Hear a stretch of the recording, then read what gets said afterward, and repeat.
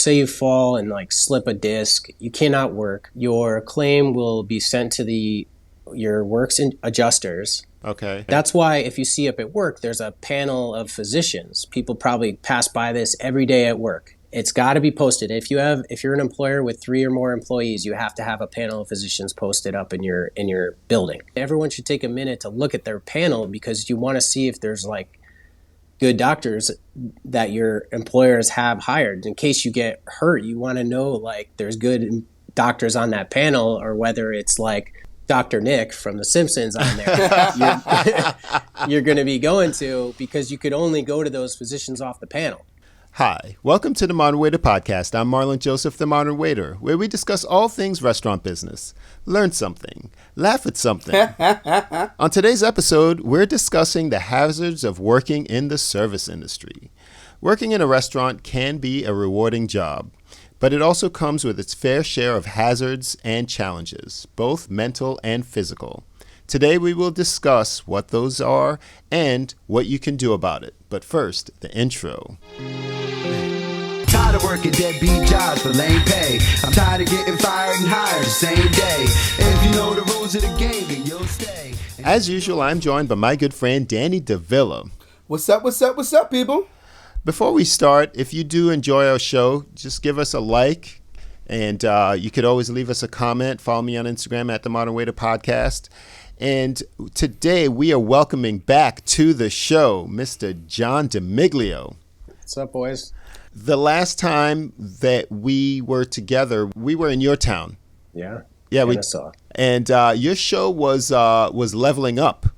Yeah. You were the first one to talk about moving from one restaurant to another, upgrading your skills, upgrading the restaurant that you are. And tell me about what's happening now since we last spoke. Shortly after we had that podcast, I ended up leaving the restaurant business altogether. Okay.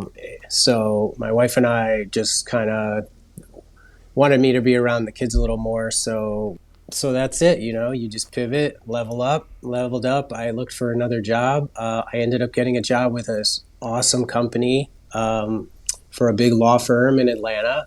Oh, cool. Dude, I got hired as a legal assistant. Okay. I've been here ever since. So I do workers' compensation now, compensation law. So mostly people who get injured at work. So today we're going to talk about the hazards that can come along with working in our service industry. And we're going to cover front of the house, back of the house. And let's take a broad view of the things that would be, listen, we work around wet floors. So you have, or not just wet floors. I think I could deal with a wet floor, but the greasy floor, that's where the slips and falls and things like that. You're sliding. You're ice skating. You are ice skating, and you're doing that penguin server walk, all the while carrying glass, hot items, things like that. So let's take it from, let's say, the back to the front. Okay. Obviously, in the kitchen, you're dealing with fire, hot oils, hot water. Sharp objects. We got sharps. So then you're susceptible for burns, scalds, things like that. Now coming out to what are some of the things that you see from the front of the house, John? Front of the house, it's slip and falls, glass breakage. And, true. Cuts and bruises. Yeah, and the other thing too is people think it doesn't have to be an injury per se, like a slip and fall. It could be, a little while back you had mentioned in one of your shows, like changing it up, right? Like training yourself to use different arms when you're carrying your tray, so you're not always carrying your tray with your left arm. One of the problems that I ran into in my career was I carried my trays with my left arm for over 20 years, and I developed tennis elbow. Right? Oh, wow. And that was a repetitive motion injury. So I never thought I can file a workers' compensation claim and take some time off and rest, because my doctor kept saying like, well, you need to rest. And I'm like, well, yeah, sure. When I'm dead, like, I don't know what to tell you. We don't get that luxury. You would think if you didn't work, you weren't going to get paid, right? 100%.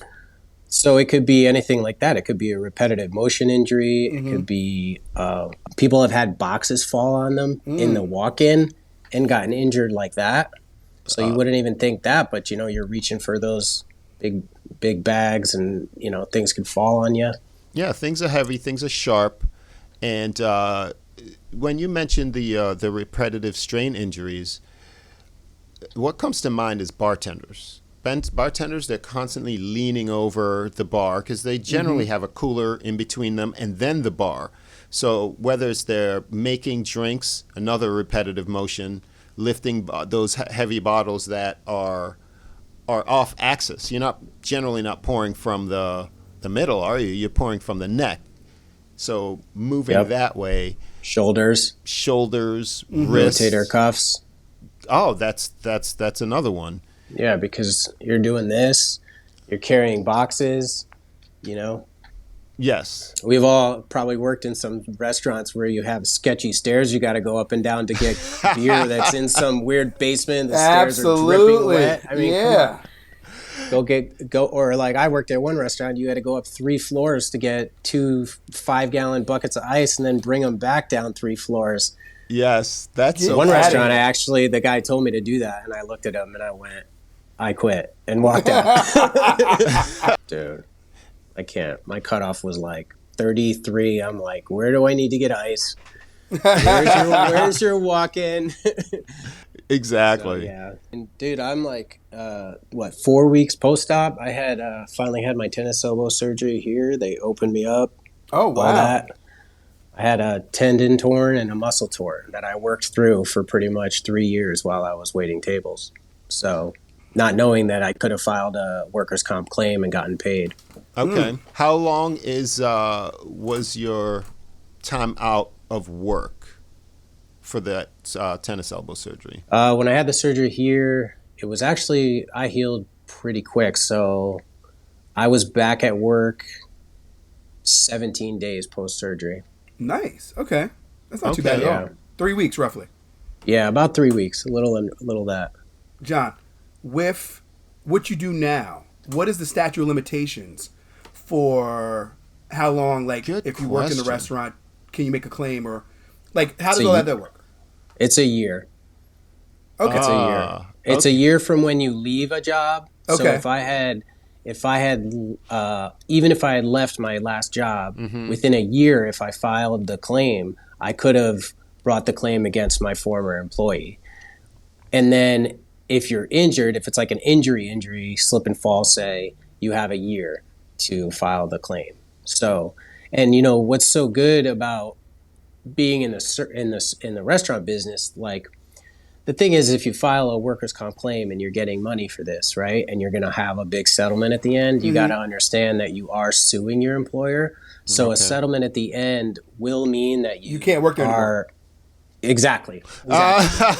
So you mean to tell me I can't sue and then be like, hey, can I get that cut? Yeah, you cut forever. Yeah. Yeah, you do. So, but I mean, I think that's the beautiful thing. I mean, unless you're committed to your job, but a lot of people in the restaurant business, aren't. So I think something like this is perfect for people in our industry because they're not a lot of people aren't committed, don't have long-term 10, 15-year careers with a lot of their places. So, Okay, so help me to understand this because it sounded like if I have an acute injury at work, like an accident. I have an accident at work. I'm in the beer cooler, I slip, something happens, I'm out of work.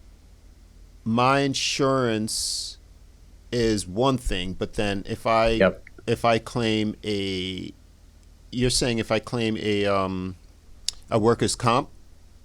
Yep, workers' comp. And I win, so if you're injured, okay, there's a couple things that could happen. They could, if truly get hurt, okay, let's say if it's like on cameras, you're hurt, you Yes. really are hurt, Yes. you say you fall and like slip a disc, you cannot work, your claim will be sent to your works adjusters. Okay. That's why if you see up at work, there's a panel of physicians. People probably pass by this every day at work. It's got to be posted. If you're an employer with 3 or more employees, you have to have a panel of physicians posted up in your building. Everyone should take a minute to look at their panel because you want to see if there's like good doctors that your employers have hired. In case you get hurt, you want to know like there's good doctors on that panel, or whether it's like Dr. Nick from The Simpsons on there.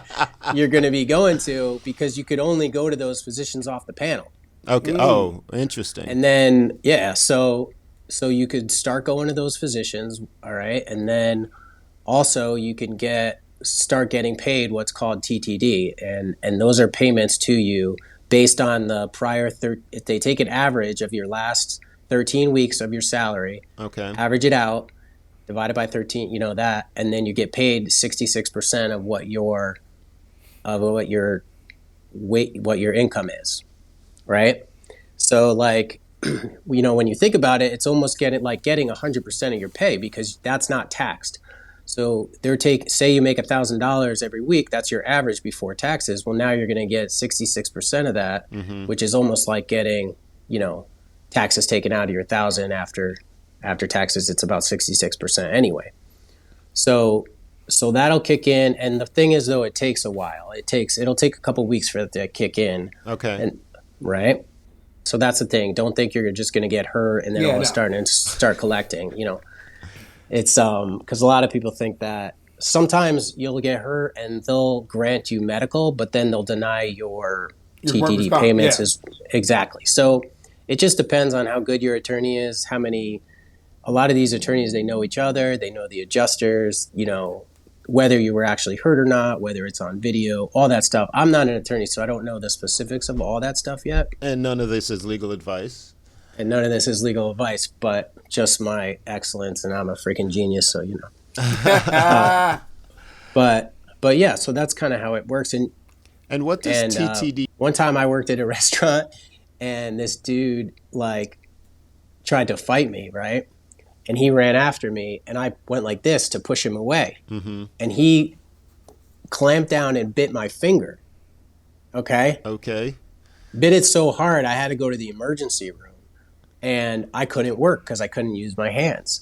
And I had an attorney, this was back in Connecticut, who was like a friend of mine, and he was like, oh, let's file a workers' comp claim. And we filed a workers' comp claim against that injury. And I got a little bit of a settlement. And this was years and years ago. But everything has a percentage rating. So all your injuries are like, your finger is worth a percentage, and that's all. Okay. Okay. So you mentioned medical and TTD, is it? Yeah, TTD. What does TTD stand for? Now, if you get both of those and you don't and you don't sue, you can keep your job, is what he's saying. Right. So you basically would be suing for settlement. Yes. If you sue for settlement, that's when you're going to have to do it. But that's when it becomes a conflict of interest. Some people will work through it. Like they'll be you could be on it just depends on, so when you get hurt, you'll go to the doctor. Mm-hmm. And then the doctor will say either you can't work, or you can do a light duty work status, right? So some people will do a light duty work status. So like they could be at work, and originally your job was to wait tables, okay? And so now you're stuck being a hostess because they say you could do light duty work status. Exactly. Well, as a hostess, I'm not making as much as I made as a server. So now you can get a partial payment. And so your payment would be like to supplement what you're not working as a server. So there's also, there's different ways, like when you get injured, it can roll when you file a claim, and depending on how badly you're injured, right? So it just depends on what that original doctor says, like whether some people though, but it's tough. Like some people get injured really bad, and then they go to a terrible doctor off the panel who's in bed with the employer, and they only give them a light duty work status when they really can't work. Yeah. And these people, and then you can't go back to work because you're injured. So that's why you hire an attorney, basically, to, tell them I can't go back to work. They're trying to make me go back, and, I'm going to lose my job. They're going to fire me because they're saying I need to go back and I can't go back. I have 3 slipped discs. They're telling me my discs are not slipped. So that's kind of when it gets a little tricky and you want to hire an attorney. Now, we talked a little bit about some of the direct hazards and the repetitive strain injuries. That's just one part of it. Then restaurants have things like exposure to contaminants, whether they're flinging, cleaning chemicals around, disinfectant chemicals, they can get into your eye. You just remember that Buffalo Wild Wings Yeah. that had a chemical spill? No, I don't know that story. Dude, this Buffalo Wild Wings had a chemical spill, and someone spilled a bunch of chemicals, and you heard about that? No. Oh no, it was bad. I mean, yeah, there was some long-term injuries from that one. Yeah, so I mean, you're talk about. I mean, we have workers' comp claims that are $300,000 claims. People that get injured at work. So, somebody spills a bunch of chemicals on you. And when you read those warning labels, you see that, exposure, inhalation, things like that. Now, there's some other ones that probably we're going to move away from that direct injury, workers' comp type of things, and go into things like stress and mental stress.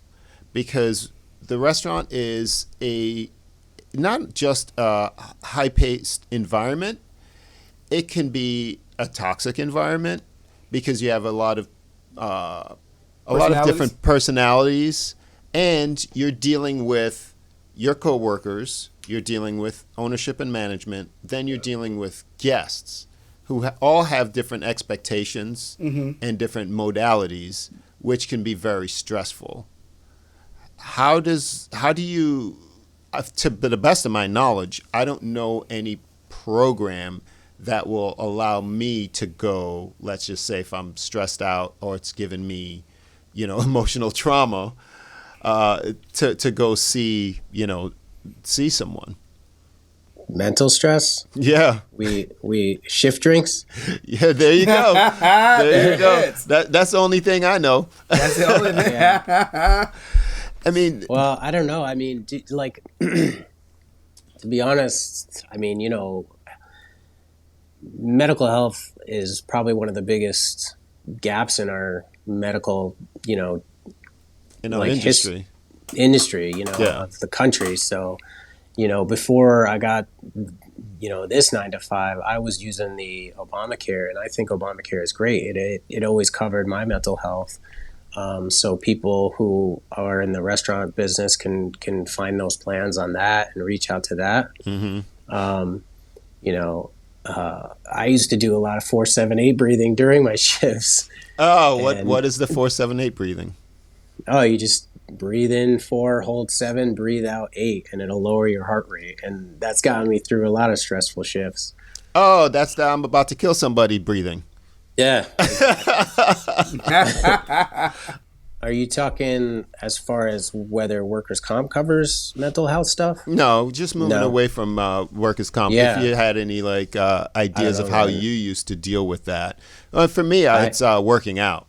I was just about to say, for me, it's working out. You know, it's just moving and really just time management. You got to find time. I would always just find time to have downtime and get out there and be able to still surf and do fun stuff with your whatevers. I mean, a lot of people just I've heard, I think on one of your last podcasts, they were working 36 days straight, and we do that in the restaurant business, but you got to really take your time, take your days off and or plan around, whether it be, the greatest thing about this industry to take a week off whenever you want and take those weeks off, and really find your downtime, because otherwise, I mean, you get all burnt out. Absolutely, you get burnt out. I mean, dude, I could do those 13 days in a row and brag about it and great, but by the 12th day, it's just affecting your tables. There's no way you're not going up to that table and I hate you. Yeah, there's no way.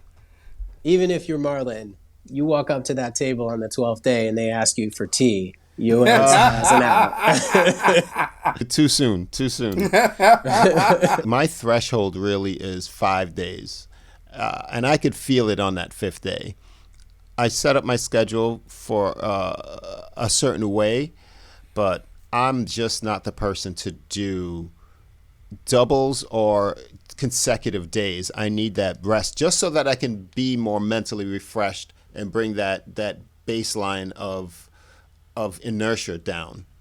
Yeah. It can be tough. I mean, also we deal with a certain level of verbal abuse. You know, there's not much physical abuse, but the physical abuse is the abuse that we put on our bodies, as far as, you know, being on our feet the whole time.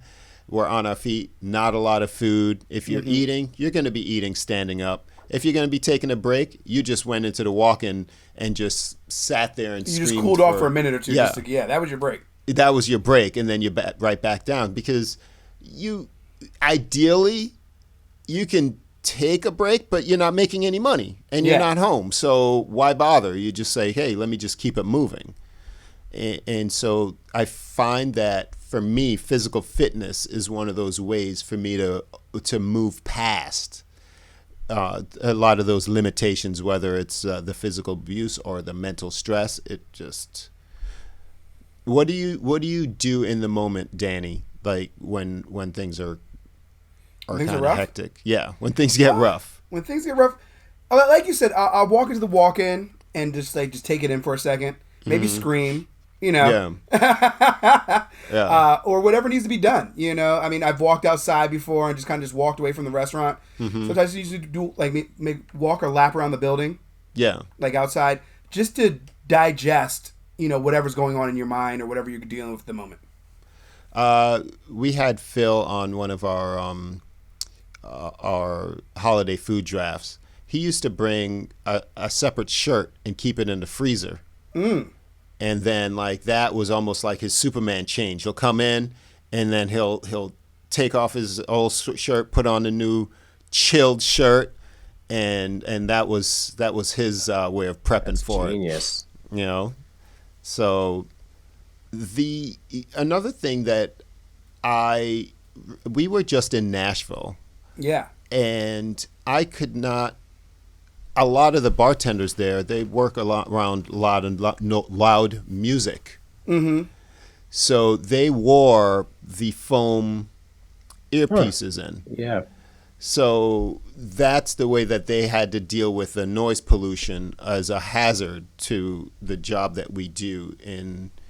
Had you ever worked in a club that was pretty noisy? Because when I worked in places like that, I could hear at night. You hear the ringing? Yeah. The ringing? Yeah. Yeah.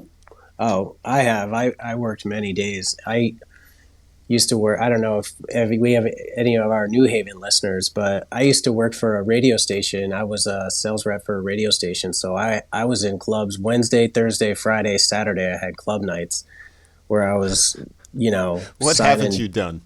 Boobs and kissing babies, you know, what all that stuff. All the above. I think my ears are still ringing from those nights. They probably are, because I swear when it's dead silent, I hear that. Yeah. I never wore the earmuffs though, but I want to wear them now, mostly when I listen to my kids. Well, that's a different job hazard, my friend. That's not. There's no amount of workman's comp that's going to bail you out of that one. I know. We did it to ourselves. For real.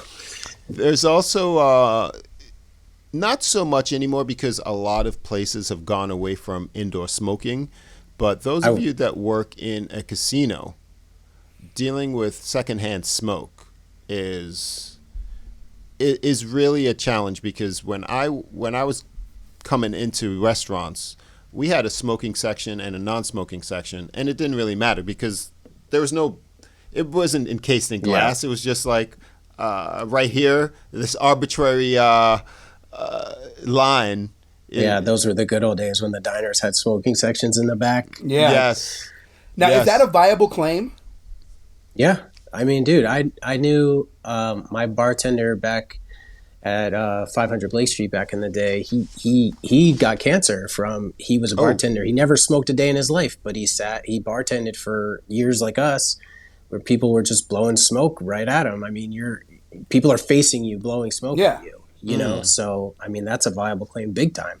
so let's close out the show by giving our best suggestions for combating the hazards that we outlined earlier. Whether it's the repetitive motion, I mean, that's hard to get away from when you're a bartender. Yeah. Are there any exercises that you know of that really alleviate or mitigate that? I think you just have to always be switching it up. I mean, you got to be training yourself to use different arms. If you're going to be long hauling it like us in this business, you really got to. I mean, it's really easy to use that left hand every time. True. But it's just as easy to keep working at it and training yourself to use it. And it doesn't have to be you're doing it every day, all day, like with the right arm if you're using your left, But like every now and then, you gotta switch it up, Just like if you're going to the gym, you want to build your weak side of your body a little more than your other side. So, and it's all brain stuff. And like once you train your brain to use that other side, you'll eventually pick it up, and it'll be like natural to you. True. If you're carrying a tray like this every day with this, you're putting wear and tear on your shoulder, your elbow, and just train at home. Train like this every now and then, train like this every now and then. So it really does make a big difference. It grows your muscles better. It grows that part of your brain better. True. You're forming new brain cells. You're forming new muscles. It just helps you all around. And it does help balance you out. Because before I learned to switch, I do it when I notice that I'm a little lopsided and crooked. I'll switch to and you don't have to carry every single tray with your opposite hand. You carry the light ones. You carry the the ones with two beers, and then you go. Worse than carrying it, I think the toughest part to learn to do that is actually the dismount. The dismount to me is harder than the actual carrying. Yeah. That's where your balance Absolutely. is required, not to spill the rest of your tray onto the people who are near you. And so you just you got to work at it. Like, do it when it's slow. Do it when you have a single person at the table. Do it when your friends are at the table. So you can look awkward in front of your friends when your friends are, bring it up to your managers. Ask to have like a training night where you guys practice before a shift and using your other arms. Yes. Stuff like that. It's only going to make everybody better and happier and more fun, and it's something to do. It's I agree. And maybe you're not a big gym person, but I think staying active is important because it is a physical job, and it does require balance. It does require some grace. So do whatever it is that gets you into that mood, whether you do yoga or you stretch or you work out or you surf, skateboard, all of that. You really have to supplement that activity with some mobility exercises and have some strength, because you mentioned carrying a tray, but to carry the tray on your palm, it's pretty stressful on the forearm and the elbow and the rest of your body. It's a little bit more difficult to carry with your fingertips, but your wrists remain in a neutral position where it alleviates that pressure that you would get in the heel of your palm and the stress in your forearms when you're like this. But not everybody has that strength. It's easier after you've trained that. You could do push-up holds on your fingertips.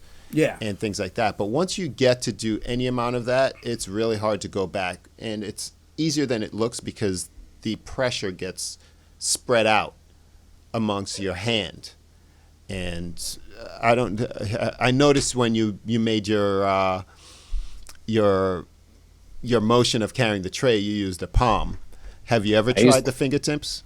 Oh, I used to love fingertipping it. Okay. Because it just looks so classy when you're doing that with the fingertips. Now, I don't understand how people do it with glasses trays. Like I've seen servers do it like this with fingertips with just drink trays. Those guys amaze me. That I think is a talent. But yeah, when you do the big tray with your fingertips, it does. It feels better. It's not that hard. It just takes practice, and it does alleviate all that. And it looks amazing, you know. And we've talked before, you know, about the show. I mean, this is a show we're doing. We're on stage every night. So, you know, when you're walking around with that, using your fingertips, you feel great. You know, it looks great. You feel great. People see it, and your tables see it. And, you know, and you talk about leveling up. I mean, that's one way to level up right there. Without a doubt. Now, taking the rest is, you know, that's a little challenging, you know, to rest in the middle of your shift. Like, you really have to power through. But sometimes, especially on the double, and I don't have that much time in between, I know if I could just sit and stop moving for 10 minutes, I could get a lot out of that 10 minutes. Absolutely. Just put your feet up on another chair and just kind of decompress. It really does help.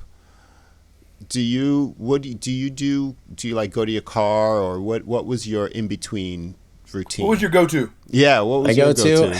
I used to love getting my folds done for the night because I don't know if you remember before COVID hit and like kind of around there, I was doing 3 doubles a week. So I had a sweet shift. I would do a double, take a day off, do a double, take a day off, double, right, like that. So I was getting my 36 hours in, and then I would, you know, if I did Monday, Wednesday, Friday doubles, then I would pick up a Saturday if I wanted, and that's a stellar week. I remember that. I remember you telling us that. Yeah, dude. So I used to do, but I'm like, even here at my job here, it's hard for me to take breaks because I'm like I get an hour-long lunch break, and I don't even barely take it. You know, I try to take like just 5-minute mental breaks here and there, but like, because I feel like if I stop, I don't want to start again. True. But what I would do though on my break is I would do all my folds and all my like any side work I could do for my night shift. If I could do that in between after the lunch shift, that's what my break would be. Sitting down, doing my 50 folds in between, making my phone calls, you know, kind of if you can't eat, but at least you're sitting down and resting. Absolutely. True. Yeah, just not doing something is huge. Right. Without a doubt. I'm gonna let you go on this one. What's your advice to anyone that is feeling either physically destroyed from the job or mentally, or what's your advice to anybody that's? Well, I'll tell you one thing. Like I was really surprised about. Like I really miss, one of the best things I miss about serving is that you're on your feet and on your feet all day, right? Like, so taking 20,000 steps a day, I miss that walking around, because now I'm at a desk and I try to work standing up most of the day, but you do find yourself sitting down. And I'm not going to tell you how old I am, but I find myself stiffening up at this age, and I miss being on my feet every day. So I really feel like I was in better shape when I was doing those 25,000 steps a day. So absolutely. I think so honestly, I think if you're finding yourself like worn out from that, you know, I think it's just maybe stretching is a big part of it. It's got to be the worst thing.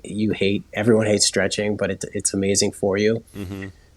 Walking is probably one of the best things you could do. So doing some walking outside in the sunshine will do wonders for your mental health and for your body. I really think that in this profession, it can actually keep you young, just being on your feet all the time and moving around, because it's probably one of the best things you could do is movement, you know? So just kind of, I think, you know, going back to staying mentally healthy and active on the weekends is probably the best thing you could do. All right, man. Thank you so much for joining us again. We'll get you on for your third, but three-peat. Yeah, for the three-peat. But all right. Then I'm going for a 5-time jacket. Okay. We'll get him a Letterman's. No doubt. If we've missed anything that you've experienced in this work hazard, or tell your story, reach out to me in the comments if you're watching on YouTube. If you're listening on the audio podcast, you could email me, themodernwaiter@gmail.com, or follow me on Instagram at The Modern Waiter Podcast. We do this for you each and every week. I'm Marlon Joseph, The Modern Waiter. I'm Danny DeVilla. Subscribe, people. We will see you next week. Later. Yeah. I love it. That's a listener right there. Jonathan Dunn, he's back. We rolling home in our stuff. We going straight to the top. We know